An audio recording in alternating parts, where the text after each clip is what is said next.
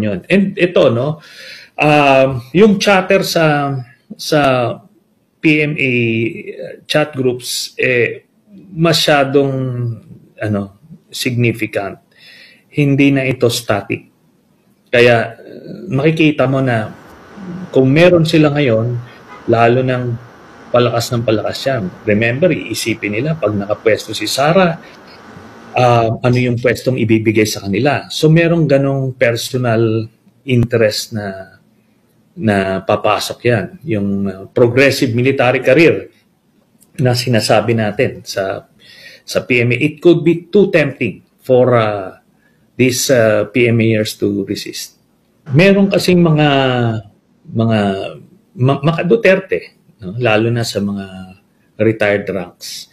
And masyado silang bold sa kanilang mga pronouncements. They're looking for any opening against the administration.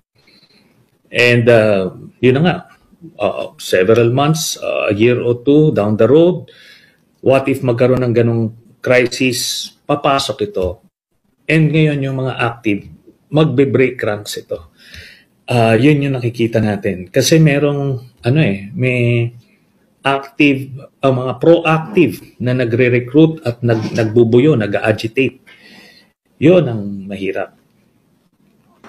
Okay. Doon kasi sa panahon ni, idagdag ko lang, Christian, doon kasi sa panahon ni Tunoy and neto ni Duterte, walang active recruitment, walang agitation, walang ano.